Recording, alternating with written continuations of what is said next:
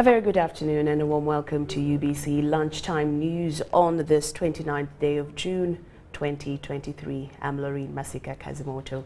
Now we start off this news bulletin with elders in Karamoja and not happy with the Director of Public Prosecutions, Jen Francis Abodo, to close the 17 files out of the 23 implicating ministers in the Karamoja iron shit scam meant to empower reformed warriors in the Karamoja sub-region.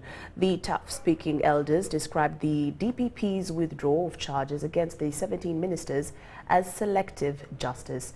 Now in this report, leaders have appealed to government to consult the locals in the continuing empowerment programs in Karamoja. Over the weekend, the Director of Public Prosecutions, Jace Francis Abodo, announced the closure of 17 in which cabinet ministers, the Speaker, the Prime Minister and the Vice President had been implicated in the Karamoja iron shits plunder. However, opinion leaders in Karamoja sub-region are not happy with the DPP's decision to withdraw charges against the suspects. I don't know what happened. You know, even DPP has to go by the report the investigators give to him or her. If the report has loopholes which cannot hold the case, they have a right to say, no, this one cannot go. It's not anybody's making. I can't blame the DPP, no? Me, I personally blame the whole system on how they carried out the investigations. Then two, government, Museveni also made a mistake. The president should have first of all kept these people out of offices during the investigation time. To handle such cases, there should be evident punishment that is actually deterrent, that deters any other person not to do such a thing again. But Moroto Municipality Mayor Ismail Mohammed finds no problem with the DPP's decision.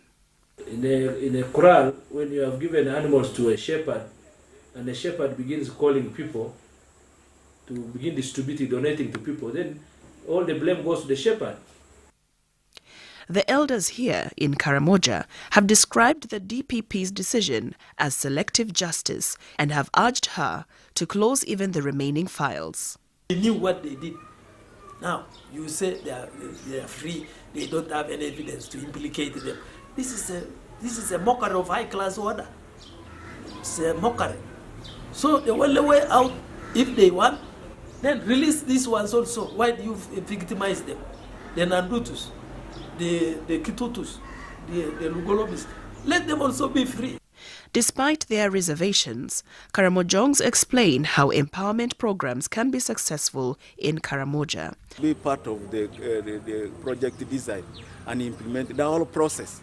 Not only to leave it to the technical people at the ministry. Let the local technical people at the district, like the production officer, the vet officer, Cow, and his team, support the design of the... If they wanted to see that the Karamojong have also permanent houses, they should have provided cement, they should have provided blocks or allowed Karamojong to make bricks, so in order to put up permanent houses, then again using poles and so on.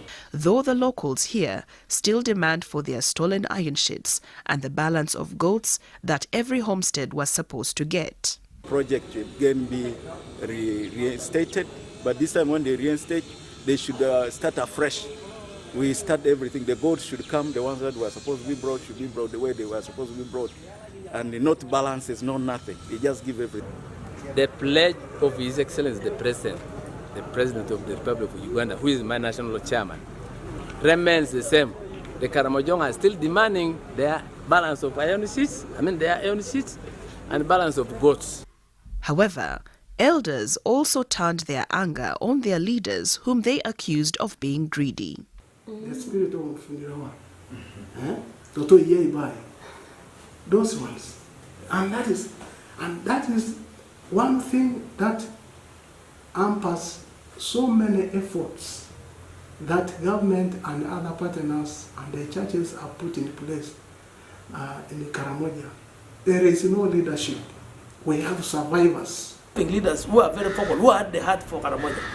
Although some of today's are self-centered, they are thinking about themselves. Karamoja Empowerment Program was aimed at empowering reformed warriors, and each individual was to get 16 goats and 25 iron sheets to help them settle and start a new life.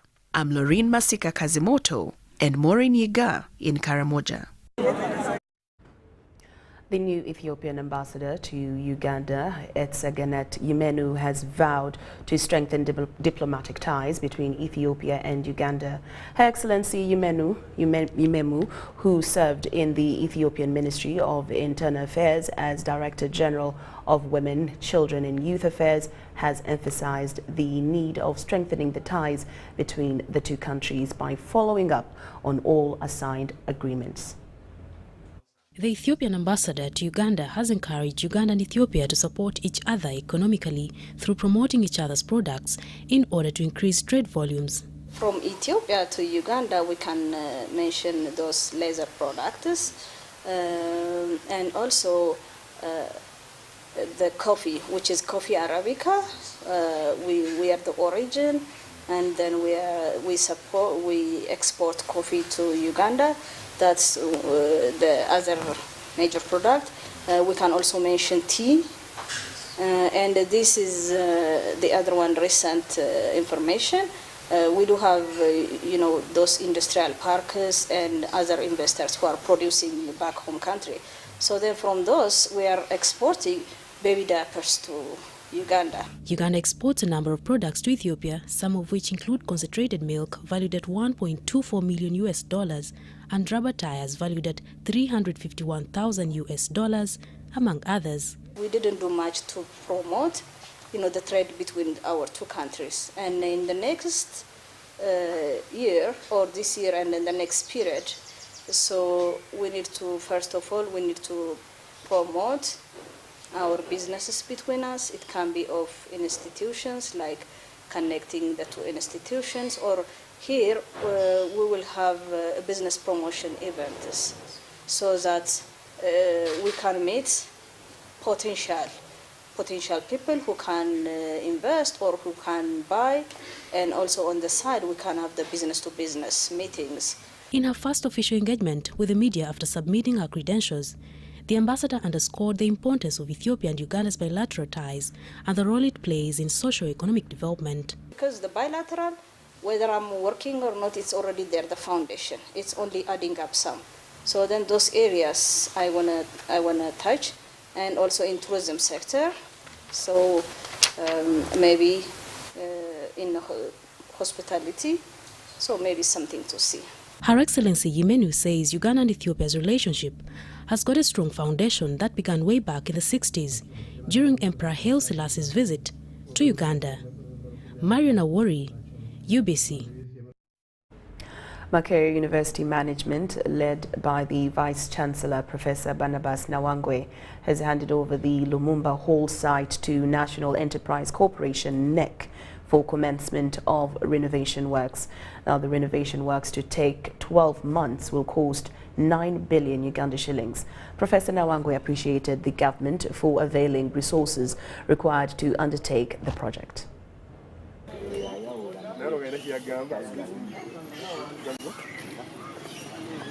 As you see us rebuilding the main building, you want to know that that building won't burn when it is finished. The same with Lumumba. We want Lumumba to look exactly the way it was, but of course looking more modern inside. Well, the money was released, those did, to put at a very international standards. You see, with the quality and the desires, you can never have a limit. But if we were given 50 billion, then we would turn this maybe into a hotel. Makerere University has given us to explore our potential in the construction arena. We have completed one project with the university, and here we are receiving the second one. It's a pleasure and honor to receive this site today. As the Vice Chancellor put it, our role is just simple: to follow the terms of reference, to do the work and following the right quality, in the right time and within the cost that we have agreed with the university. We definitely expect to restore the hall in its original state and even better, using particular modern technologies, using particular modern materials which were not existing then. Agreeing and working with the consultants, we hope, it will be better than how it was in the 70s when it was constructed and finished. The Minister for Local Government, Raphael Majezi, has urged leaders in Buyikwe district to desist from acts of corruption. Minister Majezi, while addressing local leaders during a Baraza meeting, promised to talk to the Finance Ministry to see that all local government chairpersons who do not have vehicles get them.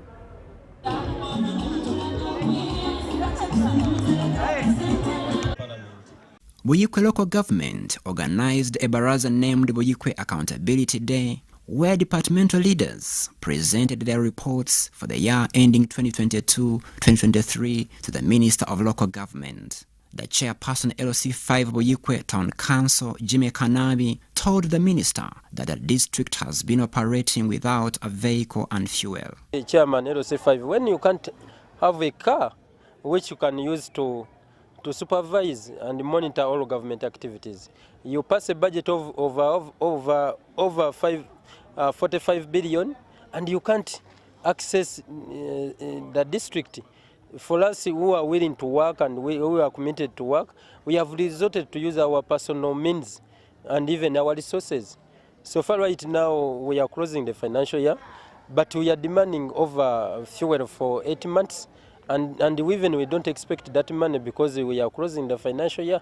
Lugazi Municipality MP Stephen Selubula expressed the need to have Kaolo Hospital upgraded because it serves a big number of people from different districts.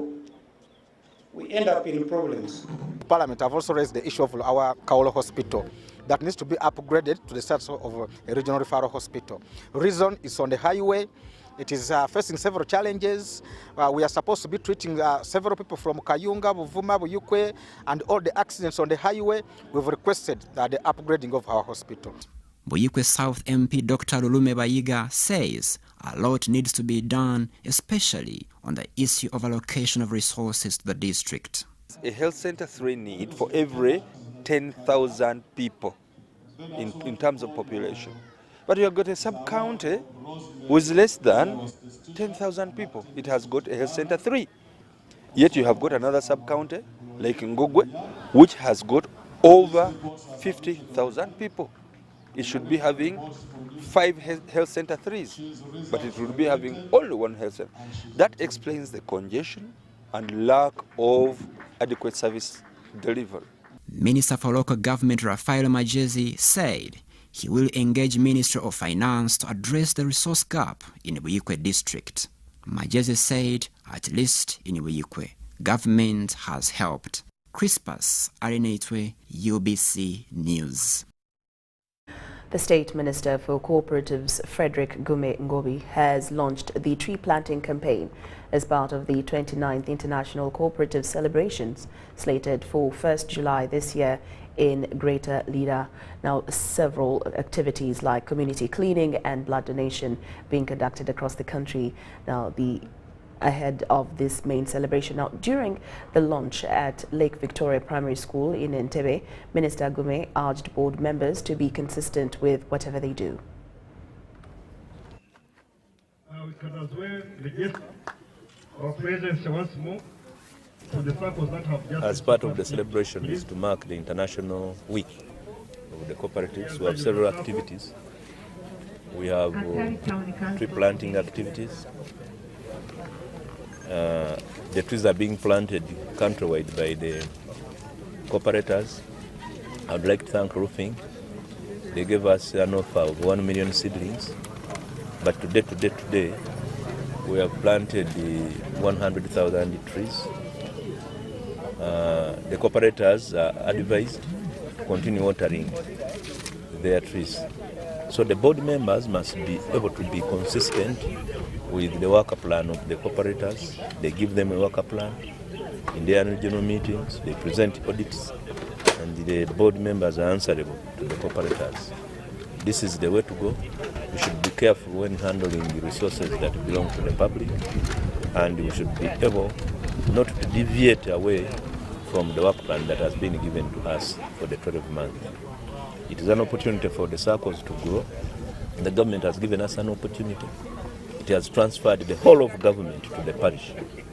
At the parish, we have the planning, we want to put value addition, we want to improve storage, and we want also to exploit the markets that the government is accessing, like the East African Community, COMESA, the African Continental Free Trade, to mention but a few. This is an opportunity. We also need to look at storage, because the production will be a lot.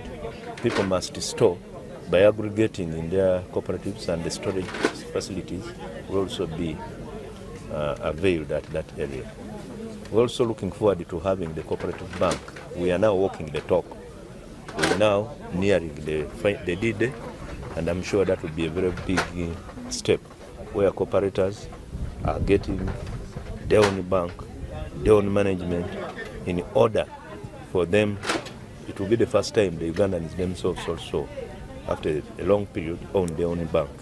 Recently, we have had reports from the Global Climate Watch of the deteriorating of the climate change related issues. It is upon that the cooperators embedded the activity of tree planting in the calendar of this year. So that's why we are planting trees. And also owing to the fact that over 95% of the cooperatives in Uganda currently deal in agriculture, of which without a favorable environment, with effects of climate change, they cannot do well. They cannot do well, most especially those that are focused in agriculture.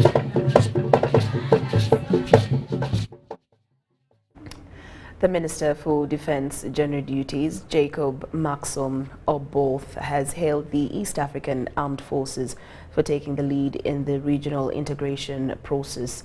Oboth was speaking at the closure of the post-exercise Ushirikiano Imara 2023 at the Rwanda Defence Command and Staff College. The planning and execution of this exercise is a testimony to further strengthening the cost of East Africa community, unity, common defense, security, peace, and these challenges, no matter how strong it might be.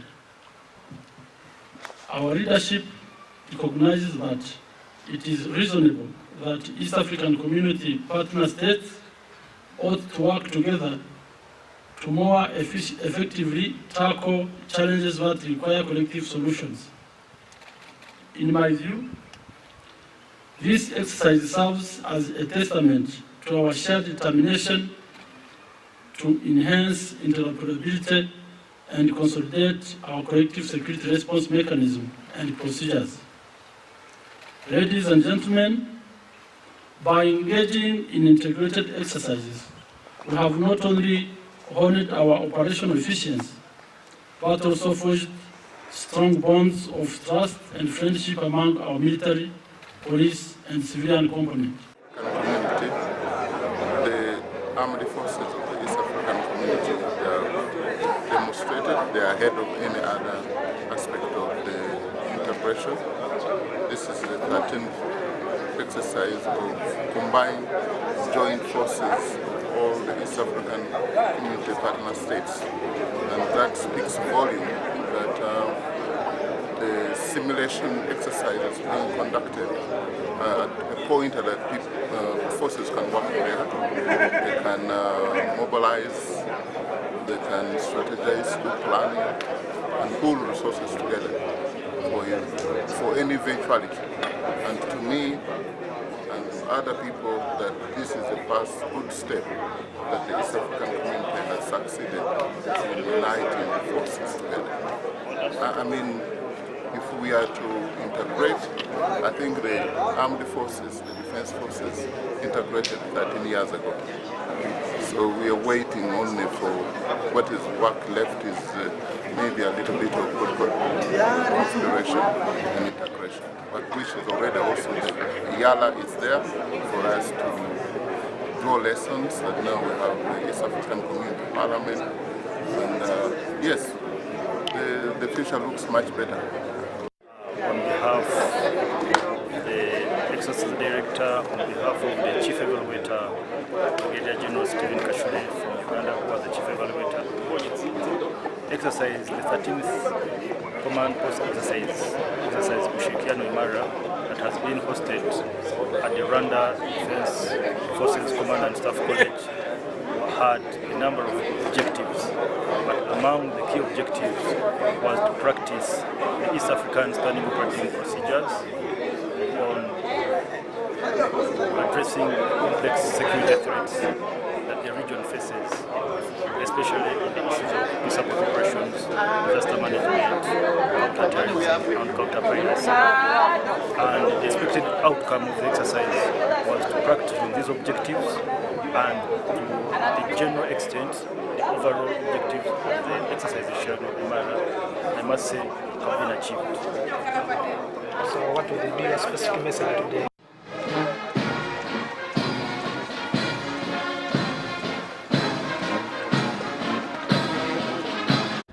UBC Lunchtime News takes a very short break, but we'll return after these messages.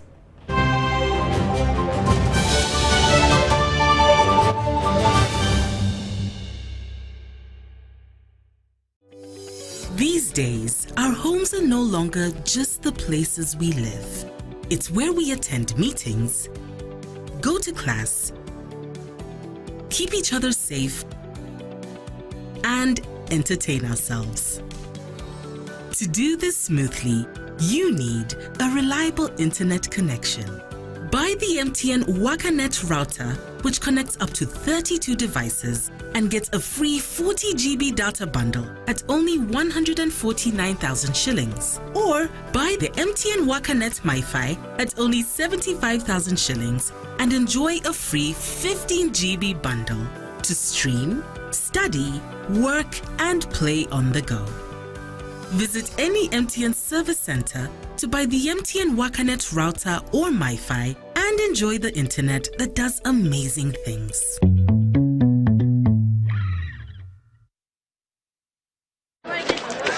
Juko. Yo. Check the shopping, man. What's your secret? Haven't you heard of the parish development model PDM? Yes, I did, but I thought it was just a talk. No, it is real. I and a few friends together formed a circle, accessed money from the PDM, invested in a poultry project, and now things are moving. Juko. I thought I was one of your friends. You are. But you left me behind. I didn't leave you in poverty. What you do, just visit your LC2 chairperson and your parish chief and start the process of economic transformation. Just like that. The parish development model is an initiative from the government of Uganda through the Ministry of Local Government designed to transform all lives of Ugandans for the better. PDM, my parish, my development, my life.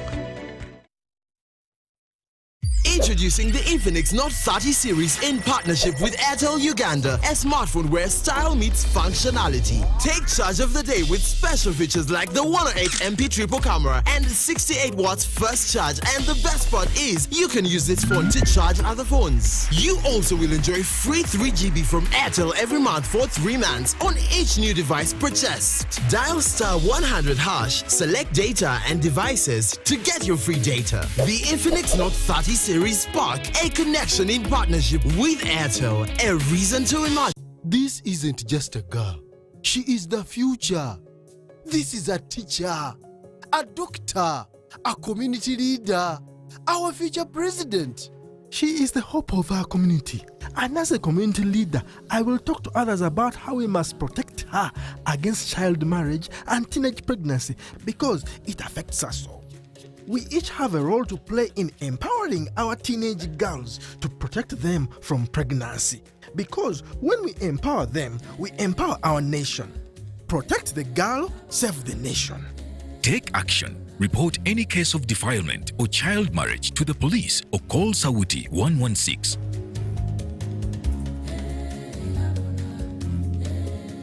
Uganda is rich in natural resources and hard-working people. But to turn these resources into real progress and development, we need to invest in our infrastructure, education, and health care.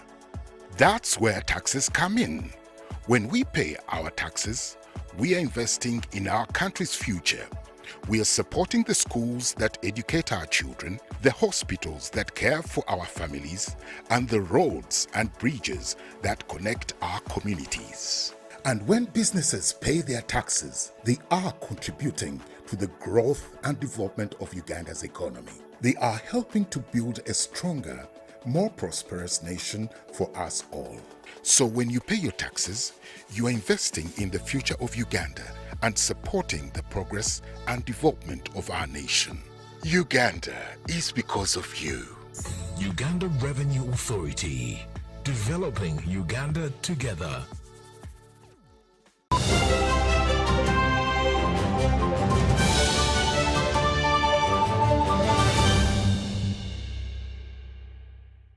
Welcome back from that break. And now into the business scene. Environmentalists have called for amendment of laws and policies governing waste management, specifically plastics, that have of late become a menace in almost every pocket of the country due to poor waste management. Now, while deliberating on post-global plastic treaty, environmentalists had no kind words for manufacturers whom they accused of acting with impunity despite the existing laws governing production, labeling and management of plastics. According to statistics, Uganda generates 600 tons of plastics daily. Of this, 40% is collected for recycling, while 60% is left in the environment. Whereas communities are blamed for poor waste management, to environmentalists, the biggest problem lies in the fact that some manufacturers of these plastics lack goodwill. Article 5, Section 76 of the National Environment Act of 2019 speaks to the management of plastics, with Section 80 highlighting the polluter's liability. Even with these legislations, environmentalists are perturbed with the choking levels of plastic production, use, and later poor disposal. Place right now bans only up to 30 microns, but it has been said many times that your naked eye cannot tell 30 microns from 31, 32 to 35. You can only feel a little bit when you get to 100 microns, but that whole range was left. They are not labeled, they are not clearly labeled, and 35 is not labeled, so it's problematic to manage plastics of above 30. So the 30 microns, yes, it's banned, but it is of no consequence when it comes to managing plastics. The bulk of plastics, and particularly the plastic area bags, are not labeled as required by the law. By Section 76, subsection 3 of the National Environment Act 2019. These are not labeled, because if you go to any place, you buy anything small, they'll give you that thing in a plastic bag. Sometimes this transparent one, sometimes the black one, the blue one, and so forth. But if you observe carefully, you'll not see any labels on this. Okay? So meaning, much as this is one of the biggest polluters, it's very difficult to trace the manufacturers unless you know them. Because of this, a section of environmentalists is now calling for the amendment of these laws to tighten the biting bit a little bit. The ban on Kavera, the law is there, but why hasn't it been able to be implemented? Those are some of the questions we should be answering. Because when you look at Kenya, they banned and it worked. When you look at Tanzania, they banned it and it worked. Rwanda, the same story. But for us here, things have failed. We are moving in circles. I think it is time for us to move straight now. That aside, some of them still insist that abandonment of plastic use remains the unrivaled choice. Their argument is based on the fact that matter can never be created nor destroyed, but it just changes form, which squarely relates to plastics. I really believe that many of the factories that are manufacturing plastics now, for example, plastic area bags, have the potential of transforming their factories into factories that can manufacture environmentally friendly, for example, products that we see, for example, in that room. But that will require commitment, as far as I'm concerned. Commitment, and maybe also some funding must be made available by government for that purpose. This is happening at a time when Uganda, through the National Environmental Management Authority, NEMA, is developing a position paper to feed into the Global Plastic Treaty. Dorcas Kimono, UBC TV News.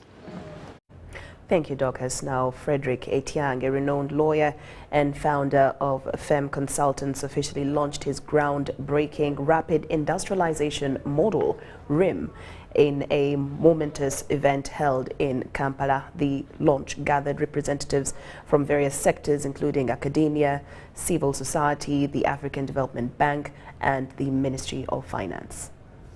Etiang's rapid industrialization model comes at a crucial time when Uganda, under the leadership of President Yoweri Kaguta Museveni, has set ambitious goals for industrial development. The country aims to establish more than 25 industrial parks by 2025, with a vision to boost economic growth and create employment opportunities. This model is going to be implemented, one at a continental level, because we have sustainable development goals. And one of the sustainable development goals is emphasizing industry, innovation and infrastructure. It would mean that in Uganda, UNDP would be one of the partners to ensure enforcement of this model.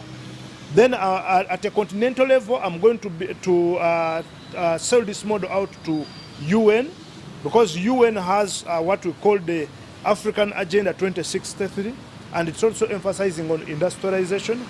As of December 2022, significant progress has been made, with 11 industrial parks already operational. Out of these, 8 are publicly owned, while 3 are privately operated.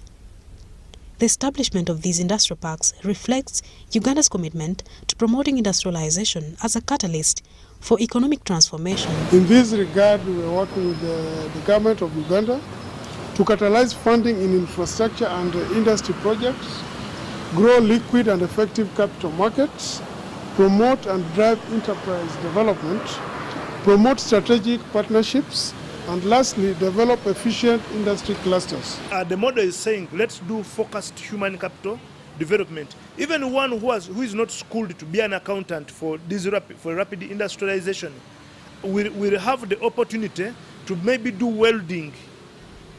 The launch of Etiang's rapid industrialization model in Kampala marks a significant milestone in Uganda's journey towards achieving its industrialization targets. With the RIMA's comprehensive framework and step-by-step guidelines, Uganda and other African countries can accelerate their industrialization processes and unlock the full potential of their economies. We have a few industries, and these industries are scattered. So it would mean that they don't enjoy the benefits of complementary services, where one industry, for example, leverages the opportunity of one which has maybe trucks for transporting commodities, then one which has raw materials. That is now about economies of scale. Then two, Uganda as a country, we still have a human resource deficit. You find that the human resource we have, most of them are not technical. The event showcased the collaboration between government agencies, development partners, and private sector actors in driving industrialization efforts. The presence of representatives from the African Development Bank and the Ministry of Finance further highlights the recognition and support for Etiang's model as a crucial tool for promoting inclusive and sustainable industrialization in Africa.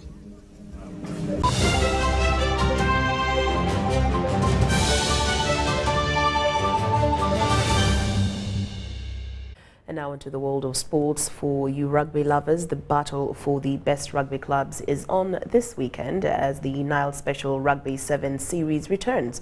Reigning champions Corbs are charged to defend, while the rest of the clubs have equally prepared. Jinja, seated together with other regions, will be a beehive of activities hosting the Nile Special Rugby 7 series this weekend at Dam Waters Rugby Club. Unlike before, the series will feature both men's and women's teams in all 7 circuits, 16 men's teams comprising of 11 core and 5 invited from the regions, as well as 6 women's teams competing for points over the 2-day events. The men's competition has been expanded to 11 core teams, including Walukuba Barbarians, who were relegated last season, stay on the tour, and Rhinos, who won the promotional playoff, enter the party. And with a day to the games, Entebbe Best Club Mongers continues with the preparations. Mongers boast of a new kit and training equipment thanks to the kit is aimed at boosting the morale of the players and ensuring that as they go into the 7th tournament starting this weekend, they should be more energized, they should be looking good, and they should be as fit as fiddles. We are very grateful to Pluscon. We have a very good working relationship with Pluscon for over a decade now. They've been with us, they've held with us. They are more like our big brothers, and I'm very grateful to have them with us at the Mongers. Mongers unveiled their new kit on Tuesday, believing that it will offer the necessary boost even when the league commences. And you know, the energy is there. So going into this 7th season, trust me, it's going to be tough. We're going to have to display good points, good results for these new kits. We have to give our sponsor all the reason as to why he knows that he's giving us this money. This is more motivation than those other teams have. This is a +1 to whatever those other teams have, and we're going to bring it out there. We're going to display all sorts of rugby that you all have just been seeing on TV. It's going to be displayed to you live. Ahead of the circuit, Mongers have set target a semi-final finish heading into the games on Saturday. Mongers finished 8th overall on 36 points during last season's 7th circuit, which Cobbs claimed on 83 points. Crispus Arinetwe, UBC News. Well, that wraps it up for UBC Lunchtime News. Thank you so much for your company, and also do remember to keep warm. It's quite cold outside. I'm Lorraine Masika Kazimoto. Have a good afternoon.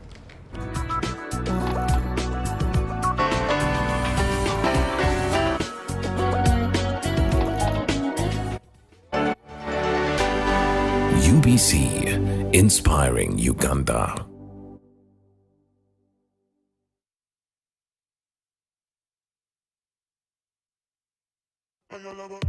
This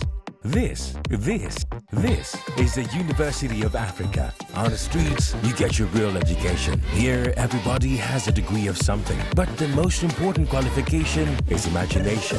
His reason is to be the GOAT. The reason to imagine is to take the beat and make it lit. So no matter what your situation, just use your imagination. Uganda is rich in natural resources and hard-working people. But to turn these resources into real progress and development, we need to invest in our infrastructure, education, and health care. That's where taxes come in. When we pay our taxes, we are investing in our country's future. We are supporting the schools that educate our children, the hospitals that care for our families, and the roads and bridges that connect our communities. And when businesses pay their taxes, they are contributing to the growth and development of Uganda's economy. They are helping to build a stronger, more prosperous nation for us all. So when you pay your taxes, you are investing in the future of Uganda and supporting the progress and development of our nation. Uganda is because of you. Uganda Revenue Authority, developing Uganda together. In fulfillment of the constitutional obligation, which mandates the state to make reasonable provision for the welfare and maintenance of the aged, the Ministry of Gender, Labour and Social Development is implementing the Social Assistance Programme for Empowerment, SAGE, designed to provide income security and reduce poverty among older persons.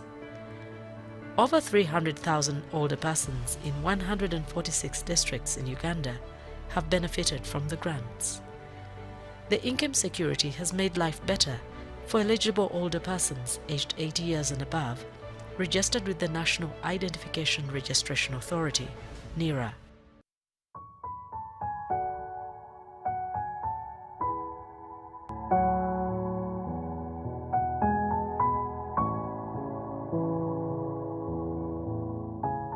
Nze Haji Kasim Muyinda, omuluka Mpuumiro, Egombolola Bulange, district Namutumba. Amawulire ago nasomako mu mawulire ne mpulira ne ku radio.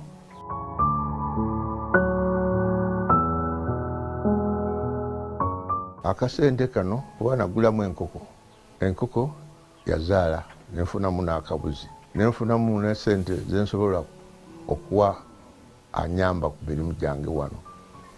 ng'omuwala afumba. Era ninamu n'akate kati ndowooza nja kunywa amata kuba nagula akalume ate n'okuwanyisa nempwanyisaamu nga kakuze enduusi gye ndowooza nti kati eyinza okuba kati eri mu jjulo.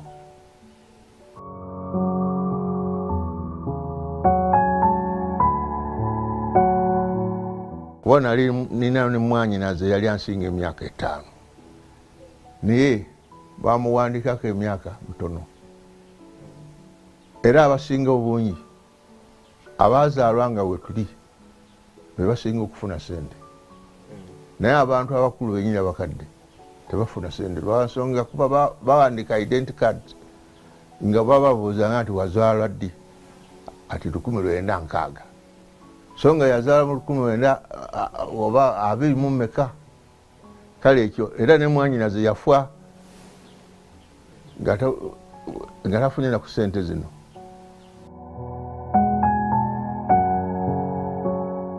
Era nze ndowooza nga gavumenti eno eyambye nnyo. Abamu tulowooza nti omusolo gwe twatoola ndowooza bagusevinganga kuba tetwawangako omusolo gwenkana wano, naye twewuunyisa batuwa enusu $2.2 buli mwezi. Nze ndi wa mukisa kuba buli lwenfuna sente ezo mbeera nekyenkolamu. Lusi nimisaamu oba binyeebwa ni mwogo.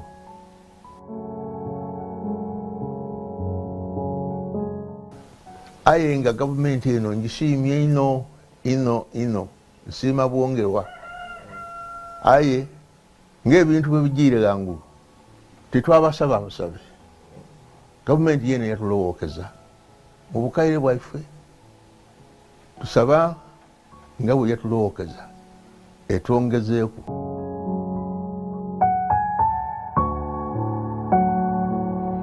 This is a message from Expanding Social Protection, ESP, implementing the program under the Ministry of Gender, Labour and Social Development. ESP, better life chances for all.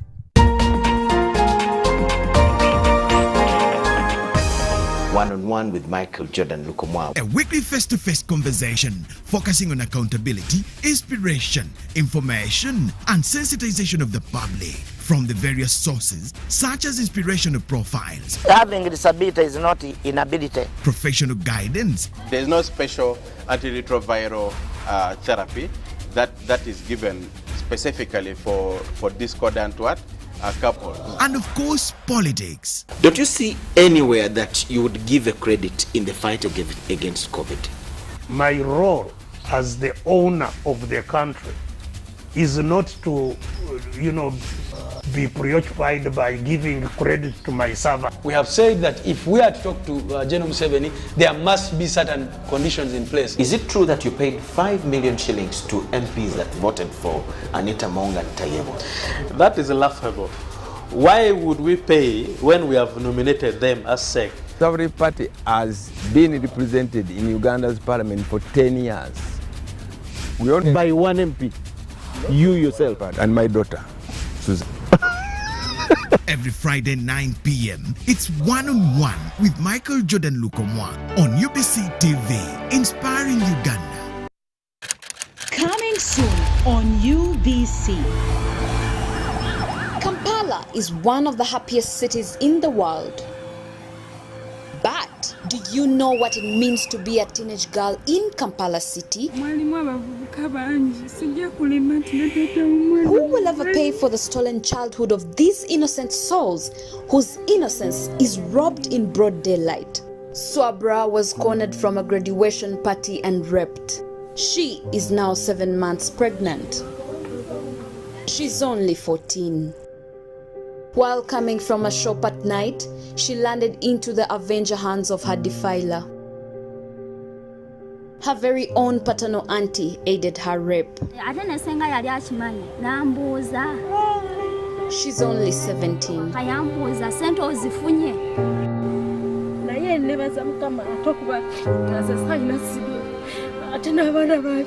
These girls speak to us of their hearts and pains.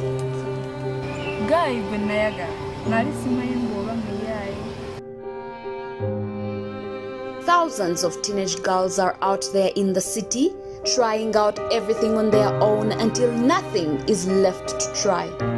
It is also a fact that many die in silence. But not all hope is gone.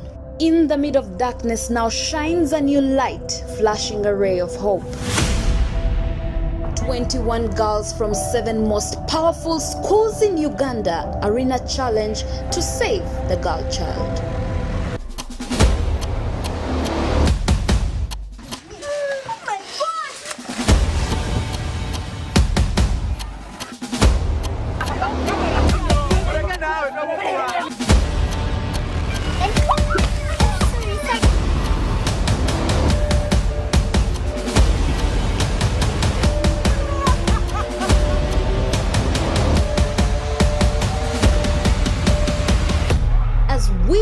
The cost of rape in Kampala city, who will emerge champion in saving innocence of teenage girls? I'm a gym teacher.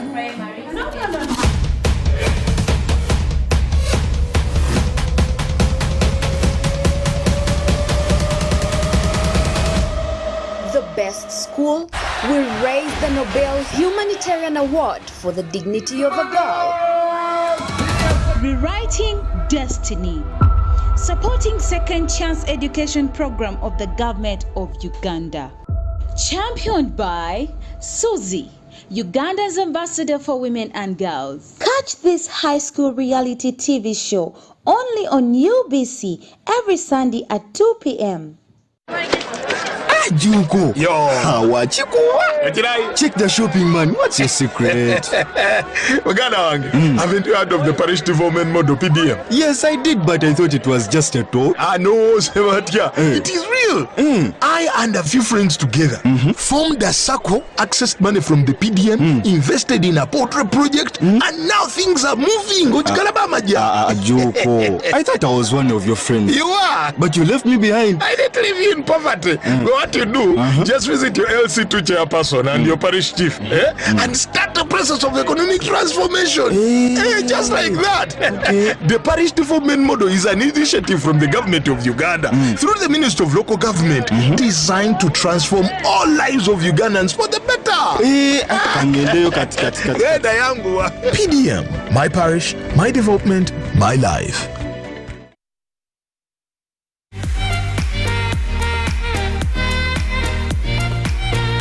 The stage is a world of entertainment.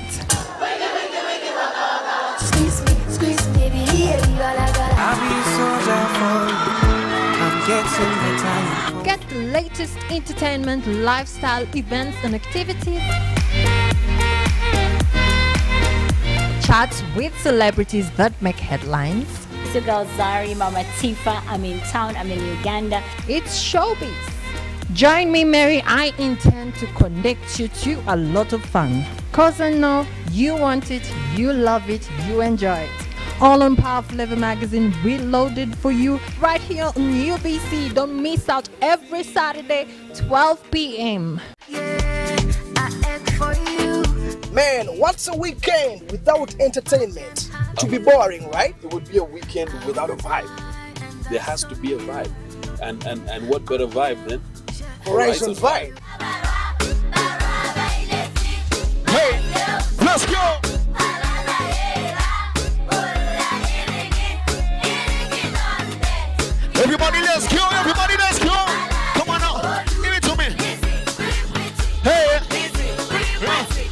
True story, man. From the crew to the vibers, we bring you nothing but good vibes. It's hard to get a payday in my state. We all trying to save face in the day. It's always a day letting KLA.